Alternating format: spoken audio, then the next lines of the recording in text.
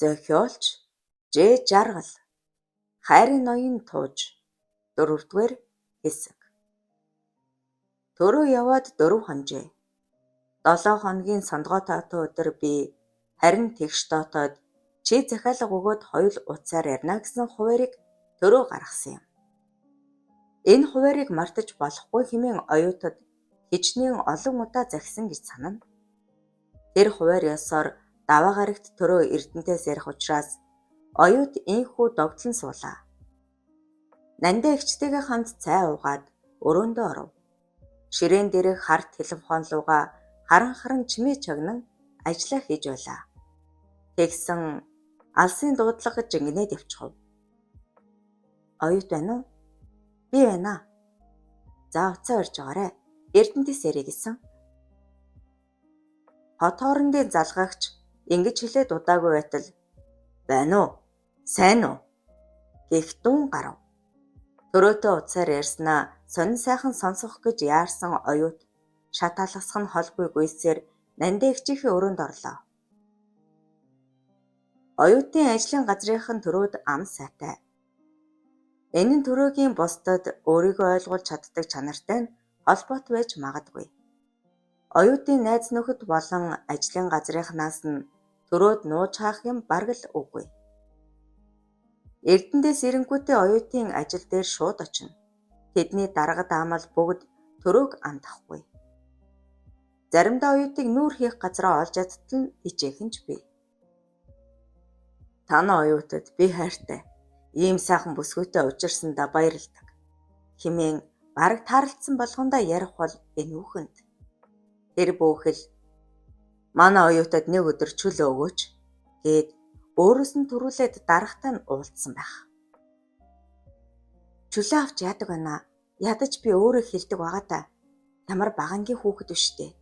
Гэхэд зүгээрээ миний хайртай адилхан хүн юм чинь шууд ярьж ойлголцсон нь амар байдгийн. Гэд энийг цоох. Шинэ жилд өгсөн үе албан байгууллага айл өрх бүр ажил ихтэй хөлтөө байв. Яруу найргийн өдөр зохиохоор зохиолчид эрдэнтийг зорьсон тухай мэдээ сонссон оюут миний төрөө шүлэг сонсох дуртай юм чинь их сайхан тоглолт үзхэндээ хэмээн боджээ. Хайр үнэхээр хүний хөтлөж хүч оруулт юм байна. Би хизээч шүлэг бичиж мөр толгой холбож байгаагүй. Гэтэл төрөөд зориулж 4 мөрт хүртэл бичсэн. Даанч ичээд хинт ч уншуулаагүй. Өөрөө хаяа уншихаар их гоё санагддаг юм аа. Оюут ийм бодож сууснаа ширээнийхээ нүднээс өдрийн тэмдэглэл хөтөлдөг зузаан ногоон дэвтрээ гаргав. Сурагч байхын өдрийн тэмдэглэл хөтлөх туртай хүүхэд байжээ.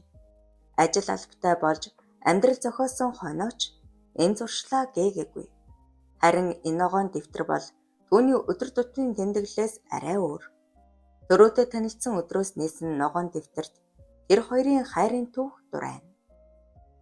Хамгийн ихний хуудсан дээр төрөөгийн төрсөн он сар өдрөөс эхлээд зурхай ямар чулуу ээлтэй болох гээд түүнд хамааралтай сонирхолтой мэдээлэл дүүрэн. Хойшоо эргүүлбэл уулзсан, уцаар ярьсан гээд зүрхнээс нь урссан хайрын үгс хөөрнө. Хайрын романс болсон энэ дэвтрээ хэнд ч үзүүлэхгүй нөө. Хизээ нэг өдөр эзэнт нь өгнө хэмээн нандинах. Жилийн эцсийн тайлан баланс гээд ажил ихтэй байлаа. Ажил дээрээ сууж байтал оюутын танил яруу найрагч сүрэн иржээ. Эрдэнэт явсныг мэдсэн бүсгүй түүнийг ирсэнд дотроо олзуурхав. Сүрэн оюут хоёр нилээд эрдний танилуд. Хаяа нэг тааралдвал хоолнд хамт орно. Баяр ёслолоор сүрэн мэнд мэдэж боломж гарвал гарын бэлгийг илгээхээ мартахгүй. Бусдыг бодвол дотн хоёр байж. Тийм болохоор явсан газрын сонь сонсох гэж яарсан бүсгүй. Сонь сайхан юу байна да? Гэж өөр юм ярьж эхэлсэн сүрэнгээс хоёр ч удаа асуув. Түүний асуугаад байгааг мэдсэн юм шиг чи төрөө гэдэг хүн таних уу? Хэмээн тэмч таата биш аясаар асуулаа. Ямар төрөө? Гэж сулхан дуурснаа бүсгүй энэ хоёр уулзсан байх нь хэмээн тааварлаад аантийн төр мөнхүү гээд дуун чангарчээ. Тэгтэл ганц хоёр хундагын муусан бололтой баг зэрэг үнэртүүлсэн сүрэн оюут руу цоош ирцэнэ. Тэр ямар азтай ирэв гэснээ дууга хураалаа. Харин оюутын сэтгэл доглоод явчихав. Яаж вэ? Та хоёр уулзсан юм уу? Уулзсан. Үр сайн танилцсан. Тэгэд миний амьд яваагийн утга учир бол оюут гэж байна лээ. Илт таагийн өнгөөр ингэж хэлсэн сүрэнд юу гэж хэлэхээ мэдэхгүй сууж байтал чи миний сэтгэл рүү өнгийж нэг хардаа. Би чамайг хэдэн жил харж яваг мэдхүү гээд дууга өндөрсгөн гарын чичрэг хэлжээ. Элэг үггүй болсон бүсгүй доошо харан сууж байтал тэр азтай залуу чамд үнэхээр хайртай юм лээ. Манай зохиолчдыг хүлээн авч уулзсан. Оройн зоогонд урьсан. Тэнд байх бүх хугацааны зардлыг дааж хамаг ажил амжуулж өгсөн. Тийм сайн хүн гэдгийг мэдсэн хэрнээ чамайг алдсан гэхээр миний алгын чинээхэн улаан зүрх бэлэглээд намайг амраахгүй гэж сүрэн зандрангуй юм шиг өрөвдөлтэй юм шиг өнгөр хэлв. Маргааш нас нь эхлээд сүрэн байн уцаар яриад эсвэл ажил дээр нэрд суугаад оюутыг нэг хэсэг сандраагаад авчээ. Нэг орой ажлаа тараад дөнгөж гартал сүрэн амдаад зогсож байлаа. Тэр хоёр хамт алхаж ойр зүрийн сонин ярив. Гэнэт бүсгүй бугуунаас барьж чанхагч нь атгаснаа. Миний насыг 10-аар ухраагаад өгдөг бурхан байдаг ч болоосай. Тэгвэл тэр төрөөгөөс чинь чамайг шууд булаа гэж хашгирах нь холгүй хэлв. Гараа угс татан авсан бүсгүй та юу яриад байгаа юм бэ? Би төрөөд хайртай. Тиймээс дахиж ийм юм битгий яриарай гээд цааш эргэх гэтэл өөрөөс нь олон ахч гэлээ найзууд шиг сайхан минь тустай нөхөрлөж явсан эр. Тэгвэл би чамд хайртай гэснээ гараас нь бариад авлаа. Гараа татаад ч тусыг эс олсон оюутад хэлэгч үг олдсонгүй. Тэр орой чин сүрэн оюут хоёр хэрэлдэх хэлэлцгийн завсараар Хикёгийн алхажээ. Оройтлоо одоо гэрээ дайръя. Бүсгүйг ингэж хэлтэл би чамд хайртай. Энэ үгэнд хариу өгөөд яв гээд сүрэн гарыг нь тавихгүй зогсоод байлаа. Оюутын дургуй хурж бүр хэлэх үгээ хайж чадан байснаа. Таны хүсэл бүхэн биелдэг баха. Яагад гэвэл та ийм сайхан хүн. Бас нэр төр алдар гавья ихтэй. Тэгвэл энэ удаа би таны хүссэн үг хэлж чадахгүй хэмээн ширүүхэн дуугарав. Сүрэн түүний гарыг тавьснаа нүүрлөө нь яг түлэгдсэн гялгар уутайдал униралтад иржээ. Тэгснээ хажуухандаа байсан модыг зангидсан гараараа хэдэнтэй цохиод авлаа. Би яасан азгүй өрвэ. Хэдэн жил чамайг ганцхан чамайг оюутаа сэтгэл зүрхэндээ хайрлаад энэ үгээ хэлж зүрхлэхгүй явсан билээ дээ. Химэн хоолойгоо саралтуулан байж хэлснээ газар сөхрөн суулаа. Чи яаж надад ийм үг хэлдэг байна? Хүссэн бүхнээ биелүүлдэг, хэлүүлдэг байсан бол би чадахгүй гэв. Аргагүй, чамайг хайрлах хүн байгаа юм чин гэж хэлээд босч бүсгүйн өдөөс гэмшингүй харав. Гараас нь цус гарчээ. Оюут сандарч халааснасаа альчуур гарган боож өгч. Сүрэн боодолтой гарлуугаа дахин харна. Тэгснээ нэг ч үг хэлэлгүй цааш гуйвлан алхажээ. Төрөө оюут хоёрын хайрын баян бас нэг иймэрхүү чимэгтэй. Одоо бол би сүрэн ахыг чин сэтгэлээсээ хайрлан хүндэлдэг. Их ухаантай, ёстой мундаг хүн. Ухааныхаа цараагаар ярина. Тэр хүний яриа сургамжаас ихийг ойлгож авсан шүү. Тэр үед сүрэн ах хайртай гэж хэлж байсан. Харин одоо би тэр хүнийг чин зүрхэндээ хайрлаж дээдлэж явдаг. Хүн гихч амтан агуу байх тусам ямар зөөлөн, уяхан байдгийг мэдэрсэн, бас харсан. Залууч байж тухайн үед хайрандаа умбаад тэр хүний үг бүхнийг сөрж бүр зэвүүцэж байж билээ. Бид хоёр одоо урдын адил ахын дүүс шиг дотно холбоотой байдаг. Сэтгэл жаахан гундаад үл ойлголцол асуудал гараад ирвэл сүрэн ах руугаа гүйнэ. Энийгээ дугтна. Дотор онгойтол ярьж сайхан цэнэглэж өгөөд явуулна. Хайрын тэнгэр дор төрсөн хүнтэй гэж би найзуудтай гайхуулдаг юм. Их сайн хань, тийм хайртай залуу тэгж харж хайрлаж явсан гайхамшигтай ах гэд бодохоор өнгөрөхөөс яах вүлээ. Оюутан амжилан атлаа амьдралын хамгийн дурсамжтай яриа бол энэ. Хайрын түүхийг ийхүү эхэлсэн тэд 8 жил гаруй хайраараа сэтгэлээрээ хөтлөлдсөн алхажээ. Хуваар дотроо утсаа чагнан сотол цаг агаараас болоод хот хоорондын шугам саадлаа гэжээ. Энэхэн зур хүртэл оюутын сэтгэл гээгэлзэн эрдэнэтэд хөтөрч шуурхтай байгаа болов уу? Уг нь өглөө орон нутгийн цаг агаарын мэдээгээр тэр зүгт гайгүй байсансан хэмээн бодов. Ажил тарсан хэдий ч удсаар заавал ярих ёстой гэд бүсгүй маргаашин ажиллаа цэгцлэн сууж байлаа. Төдөлгүй алсын дуудлага дуурав. Оюут утсаа шүүрэн авлаа. Тавгүй сэтгэл нь ямар нэгэн асуудалд завнж гэдгийг дууны өмнөөс нь мэдрээд ажил төрлөн сайн уу? Гэрээхийн чинь сайн биз дээ хэмээн дахин лавалтал төрөө бүгд сайн. Гэхдээ нэг асуудал үүссэн гэд дууга хураажээ. Түүний юун тухай хэлэх гэж байгааг яагаад сэтгэл нь ийн шаналан үүссэнийг зөнгөөрөө мэдэрсэн бүсгүй. Ямар ч үед уурлаж бухимдаж болохгүй гэдгийг миний найз сайн мэдж байгаа зү тийм ээ гэж тайван байхыг анхааруулад авав. Эхнэрт манд хин нэгэн өөдгөө амтан алтан хушуу хүргэж чи бид хоёрын тухай хэлсэн байна.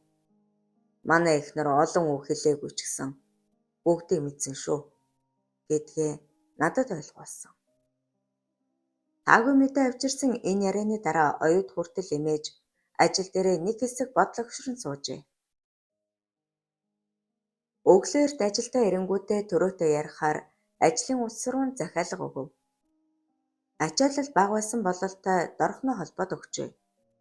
Өчигдрийнхийг бодвол төрөөгийн дуу арай чангарч инээхтэйгээ болсон байлаа.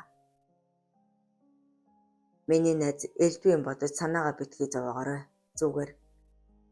Чамд тийм үг дамжуулсан хүний зорилго үсэл юу юм бол гэдгийг бодож тунгаагаарай гэж эхнэртэй хэлсэн. Манай хүн ч бас тийм тэнэг толгой биш болохоор дуурахгүй юм лээ. Гэхдээ ер нь яах гэж хов зөв гэдэгт утга учир нь байгаа биз. Ямар ч байсан чи бид хоёр буруу таа шүү дээ. Тиймээс яг энэ цаг мөчөөс эхлээд хоёулаа хайрандаа цэг тавья. Болоод өнгөрсөн бүх явдал дурсамж болгомжтой. Гэхдээ чи бид хоёрын дурсамж бүхэн гэрэл хийгээд өрнө шүү. Шөнжин бодож хонсон шийдээ ингэж хэлтэл төрөө өөдөөс нь чи ингээд намайг хайж байгаа юм гэлээ. Чамайг сэтгэл зүрхэндээ тэгээд явнаа. Миний найз ухаантай юм чинь хаях салахын тухай биш. Хамгийн зөв шийдвэр энэ гэдгийг бас ойлгож байгаа тийм үү? Энэ үг төрөөг хэлэх үггүй болгосон гэхээс илүүтэй оюутын шийдвэрийг хүлээн зөвшөөрсөн хэрэг байв. 8 жил гаруй хугацаанд хайраараа холбогдсон дэд хаана хурж хизээ хэрхэх тухай огт бодож байсангүй. Гэвч нэг л өдөр ийм шийдвэр гарган догдлох сэтгэлээ номготхон байж төрөөгийн гэр бүлийг амар тайван үлдээжээ. Дурлалыг дагаж явдаг сохор ухаангүй гэх сүүдрийг бараадаж тэр замыг сонгосон бол юу болох байсныг хэлжээс мэдэх. Уулзахгүй утсаар л ярьж бай. Тэгэх үү хэмээн төрөө нэг удаа оюутаас гуйжээ. Чи амьдралаа хайрлах ухаангүй хүн биш шүү дээ гэж хэлээд утсаа таслав. Улаанбаатарт ажиллаар ирэнгүүтээ төрөө утсаар ярьж оюутын ажил төрлийг асуув. Тэдний харилцаа ердөө ийм хүрээнд очжээ. Харин танилцсанаас нь хойш нэгэн гэр бүлийнхэн хамаатан садан шиг болсон төрөөгийн эгч дүү нар тэр хоёрын дунд зай үүсч завсар гарсан үед ч оюутын байнгын холбоотой урдын адил дотн хിവэрэ байжээ. Тэр байтугай цагаан сараар аав ээжтэйгээ золгуулдаг байсан учраас Төрөөгийн ээж нь хизээ хойно "Ах энэ чинь найз оюут яагаад харагдах байлчхав" хэмээн үгүйлэн сургалсан гэдэг. Төрөө аав ээж эгч дүү нар амт найз нараасаа жирхэж оюутыг нуугаагүй. Харин ч бүгдтэй нь танилцуулжээ. Энэ бол хүний үнэнч сайхан чанарын шалгуур буй заа. Гүүн, дүүн, ах нь ийм бүсгүйг хайрлуулж явна шүү гэдгээ хэлж хайр хүндлэлд нь өөрийн нэгэн адил багтсныг агуухаар гэхээс өөр үг эс олдно. Салах сарних тухай төсөөлөөгүй шигээ тэд дахиад уулзах учрах тухай бодож мөрөөдсөнгүй.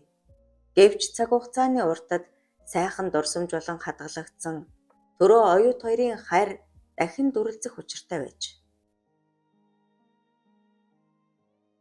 Томилолтоор явж байгаад хөдөөний нэгэн аймагт халз тааралдсан тэд эхлээд догдлож, дараа нь бишүүрхэх, болгоомжлохыг хослуулан учраа олохгүй нилээд мөнгөнжээ. Гэвч зүрх сэтгэлийн дуудлага нь тэр хоёрыг дахин холбов. 2 жилийн өмнө хов зөөсөн тэр хүний тухай ярихдаа Төрөө "Дайсан далд биш ил байдаг. Бас холоос биш хамгийн ойроос бууддаг гэж үнэн юм билээ. Чамайг Эрдэнэтэд очих бүрд чинь миний багын найз гээд байн хамт явдаг байсан нэг нөхрийг санаж гин үү" гэлээ. "Арай үгүй баха. Танаа дашгаа юу?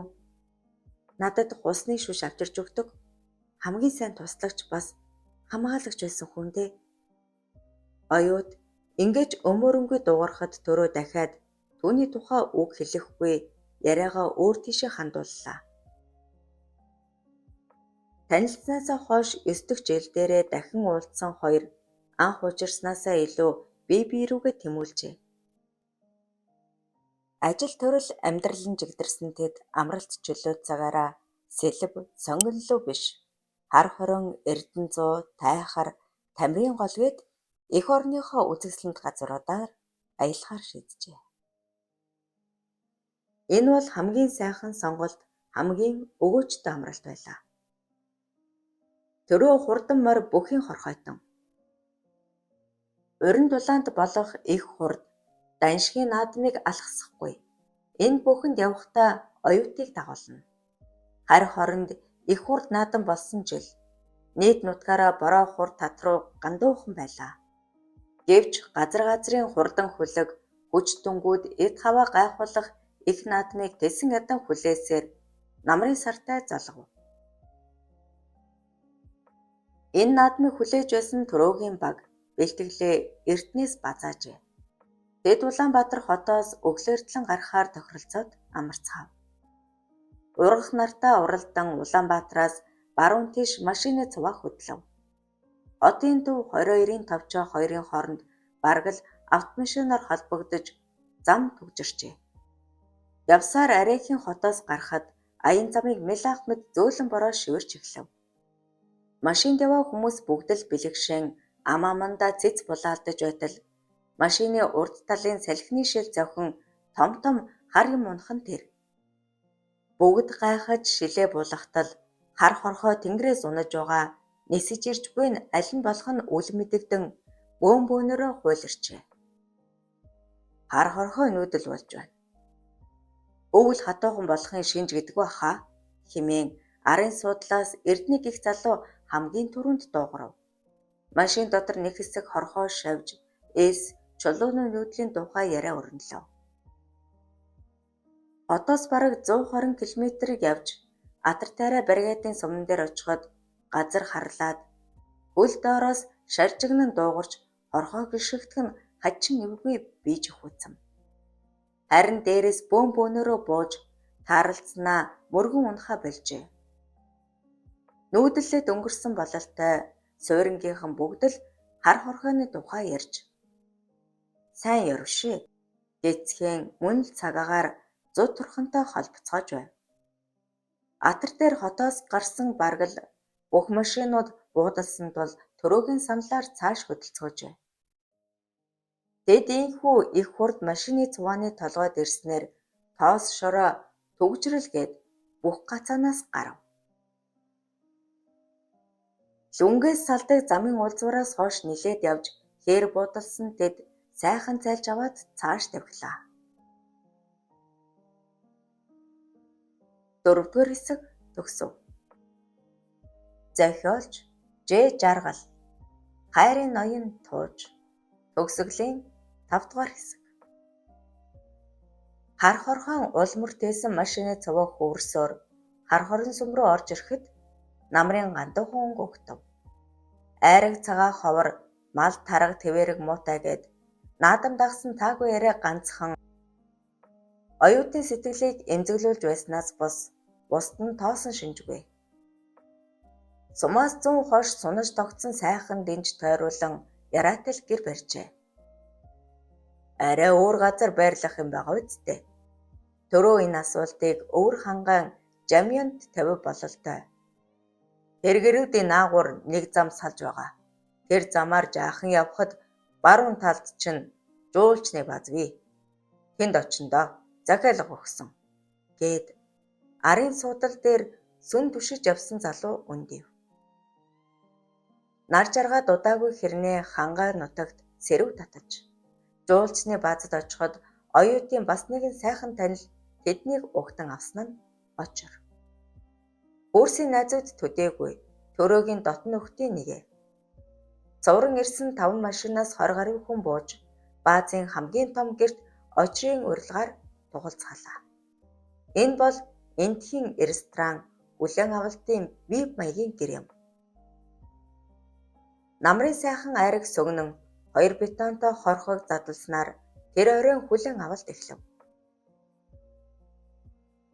Аян замын альжаалаа үл тоон хөгжилдөж, талцсан тоглох нь тоглож, уруудаж, дэмбээцэн залуус шөн жаахан хевлийгээд амарцгаажээ. Өглөө эртлэн наадмын талбай дээр очицгаав. Чи муутагаас улаан шороо манарч бужигнана. Ухаа дэнжийг бүрхсэн наадамчид шороо тоосыг тоож байгаа шинж алга. Үдээс өмнө бүхэн 2 даваа барилдаж азраг их насны морьд уралджээ. Үдээс хойш хурмаст тэнгэр хураахаарлан наадамчдыг хүлэг морьдыг милан бүм малын зог тэнээлглээ. Бороо зүсрээд оройчин орж бороонд норсноо анзааралгүй шахам наадсан тэднийг гэр буудалтаа ирэхэд шонгийн модноос 2 ямаа уяатай байх нь оюутын нүдэнд содон өрөвдөлтөй тусав. Оройн хоолны дараа хажуугийн 2 гэрт байрласан Цэрэнгийн багтай бооцоо тавин халд тоглохоор болжээ. Хаана хинч байсан тоглох дуртай 5 гарын муушигны багийнхан суудлаа эзлэхэд дан судлагч буюу гарын даагаар оюут суужээ. Шөнжин орсон бороо өглөө зогсож намрын шарнаар ээгээд наадамчдын сэтгэлийг улам хөдлөгсөн сайхан өдөр. Өчигдөр орой ирэхэд шонгийн модноос уяатай байсан 2 ямаа яасан бол тоо? Их бодолтой хөдлөгдөн оюут өглөө яаран гарч харжээ. Шалгноссон 2 ямаа өөрөөрөө наалдаг хэвтэж байгааг харсан бүсгүй өрн шимшрэв. Дэрэгдэн очоод ийш тийшээ хартал ашгүй ойрхон хон бэлчиж байв. Уяаг тайлж хүзөвчийг нь молдлоо. Араас нь үргээтэл бээрсэн 2 ямаа бие хит сэгсрэн шилгээснээ бэлчих сүргийн зүг майлалдан хойноосоо давхилаа. Оюутын сэтгэл онгоогоод ирчээ. Ямааг тайж явуулахыг хинч хараагүйд баярлсан бүсгүй гэрт ороод өглөөний цай ууцгааж байгаа нөхдөө харлаа. Амбулаалд нь наадмын сонин ярьцгаагаад ямаа хаана байгаа, хаашаа яагаад явсныг мэдэх сөхөөтэй хүн алга. Хамгийн сонирхолтой барилдаан, уралдаантай өдөр учраас цайлангуудаа наадмын дэнж рүү яаран гарцгаав. Машин цуухтаа ямаа алга болсныг хинч анзаараагүй. Үзүр төрөний бүх үзэх гээд эрчүүд голдуу зарим нь үлдсэн бол бүсгүйчүүд эрт ирж хоолунд бэлтгэж хүзэр даалуу тоглосон шигээ гэртээ унжлоо. Наадамчны түрүүнд өөр хангаан очир давхиж ирэв. Тэрээр орж гараад яах аргагүй нэг юм хайгаад байгаа нь илт. Тэгэж байтал наадам тарав бололтой бүгд эрцгээлээ. Дөрөв чангалсан зарим нэгийнх нь дуу чангараад хачин. Зарим нь түрүүлсэнмээр яриад хөөрч байхад нөгөө хэсэг нь бүхий ам буруу авсан гэж ирээд л халаглана. Өсгүүчүүдийн бэлтгэсэн цай, ойр зургийн зууш салаатнаас амсах төдий байгаа нь намрын аргинд цадсан гэхээс илүүтэй орой хийх хорхогонд ходоодоо нөж байгаа нуулгүй хэлэх нь байв. Ямааны тухай яриа өрнөх дөхөж байна да. Бодож дуусаагүй байтал төрөө. Нар жаргах дөхлөө. Өнөөдөр хэнийх хорхог ээлжүүлээ гэд очирлов харлаа. Гадаа байсан хоёр алга болохоор би бүр гайхаад энэ хажуугийн гэрийнхэн арай туужчихсан баймгүй юм гэлээ. За очир минь юу яриад байна? Нутагтаа очихоор айраг хорхог хоёроор амийн чинь Милана гэдэл мөн олон сар ярьсан хүндээ химэн Дембэг их залуу гэрийн баруун хойд орон дээрээс ёжтойхон хэлв. Очрын арга баргадаг бололтой та нарыг өглөө гарахт чинь хоёр юм харагдсан уу гэд гэр дүүрэн инээд болголоо. Чи хараагүй бол өөр хин харах вэ дээ. Төрөөг ингэж дуурахад тайлагдсан ч тасарсан ч уяа найдаж шонда үлдмээр юм гэж очрыг амандаа бутнахад гим хийгээгүй харин ч баатарлаг гавья байгуулсан хүр шиг хэнэггүй царайлан суух оюут тэр уяаг хүзүүнтэн зүгээд явуулсан нь зүг болж химэн маатгархан байлаа. Дүүний нүдэнд усан бороонд нороод бээрж даарсан хоёр юмаа харагдах шиг болж өөртөө тэгж суугаавал яах байсан гэж хөөхий тэр хоёр бүтэн нэг хоног уяатай байхад хинч анзаараагүйч одоо хоол ундны зай завсар гарч ирэнгүүд санаж байгааг нь хар. Ухаанаараа гайхуулах туртаа бидний мал амьтанд гаргаж байгаа энэ мухаар шинэ их том нүгэл болж явдаг бах та хэмээн бодов. Хэдийдээ гарч аваад хаанаас олоод ирсний бүү мэд нөгөө очир гаднаас орж ирснэ. Хоёр хар ямаа биднээс зугтсан ч гэлээ. Малын захад байгаа болохоор өөрийгөө аваад ирлээ. Одоо хорхогны ажилдаа гараарай гэснээ өөрөө тухлан суугаад авлаа. Их хурд наадмаар хар хорин суманд гурав хонсон наадамчид Улаанбаатарын зүг өлгийн жолоо залав. Анх хотоос наашаа гарахад ямар цуваа үргэлжилж яаж төгжирч байсан яг тэр дүр зураг сумын хідэн шатхуун түгээх станцын эргэн тойронд үүсжээ. Энэ үед улсын хэмжээнд бензин ховорхон байсан. Тийм болохоор хотоос ирсэн бүх машин тэр сумаас шатхуу авна гэдэг бас л тооцоогүй хүндрэлийн нэг болов. Биржээр овоглож бас ч гэж аймагтаа пүүс толгойлж яваа. Хаанхын ямар хувцсны ханш хаашаа яаж хөдлөхийг арай түрүүлэн харж мэдэхтэй болсон учраас очир өөрийн урилгаар ирсэн нөхдийнхөө хэдэн машинд бензин шатхууныг нь зохицуулж өгснөөр замд гарахад бэлэн боллоо. Сумаас хотын зүг 20 орчим километр хамт яваад зочтой өдөх цайллага гэхээр голын хөвөөнд бодолцгаав. Нүд ирэмхийн зур гэхэд нэг их хэдрүүлсэн болохгүй. Хормын зур айраг мах хорхог бодог гэд манайхны зочид гिचд дайлдаг хүндэтгэлийн хоолунд бэлэн болжээ. Нөхдөө уурж наадмалсан очир талархал илэрхийлэн үг хэлэхэд хажууд нь суусан Дембэ. Хорхог хийх гэж авчирсан хоёр ямаагаа өгж мартчихад алдчихсныг эс тооцоолж манай очко захирал их сайхан хүлээн авлаа хэмээн маазрав. Тэр хоёр ямаа бороонд нороод хоолондгүй их хүрвэлтэй харагдсан. Яг үннийг хэлэхэд бид өөрсдөө 2 өдөр хоолгүй усан бороонд гадаа хэвдсэн бол ямар байх вүлээ? Би тавиад явуулчихсан. Тэгсэн ч манай очир өөр юм авчираад өгсөн. Дембэ яагаад заавал тэр хоёр хар ямааг яриад байгаа юм бэ? Махны амт өөр байсан юм уу? Би уг нь хэлэхгүй гэж бодсон чинь ямаагаа алдсан боруудна нь очир болох гээд байх шиг. Оюут нууцаа ингэж задласнаар дэд элхээ хүчтэл инээлдэв. Ингээд ямааны тухай яриа дахин сөхөгдөхөргүй болжээ. Очко, чи гэр хавар байсан хүүхнүүдээс ямаагаа сурвалахгүй яасан юм? Тэгвэл шууд олох байж гэж түрүү найзаагаа цаашлуулав. Отоос ирсэн хүүхнүүдээс хорхо хийх гэж байсан юм хаашаа алга болов? Харс нүгэлтэй нэш гэд очир нүг инээд сулаа. Үдшийн бүрийг хүүшлээд чийг унаж сэрүү татах үеэр очир найзуудыгаа өдөж мордуулаад орхон голынхоо хөвөнд гар даллан хоцров. Хайр нүд нээж сэтгэл онголгож олонтаа болгодог юм лээ. Энэ бол оюутын үг. Хайрлуулж байгаагаа мэдрэх тусам хүч чадал ороод гайхалтай. Оюутынхаа Украинаас авчирч өгсөн хүрэн ботикийг өмсөх ямар дуртай гэж санана. Тэр гутлыг өмсөд гарахаар ажил бүтэмжтэй өөдрөг байдгийм. Энэ бол хайрын хүчийг харуулж байгаа юм. Энэ бол хайр гэж юу болохыг, хайр ямар эд шиддэг мэдэрсэн залуугийн үг билээ. Төгсөв. Сайн байна уу? Эрхэм сонсогчдоо. Та бүхэндээ зохиолч Жж Аргалын хайрын ноён туужийг бүрэн ихээр нь уншиж сонирдууллаа. Цаашдаа илүү олон уран бүтээлийг та бүхэндээ уншиж сонирдуулах болно.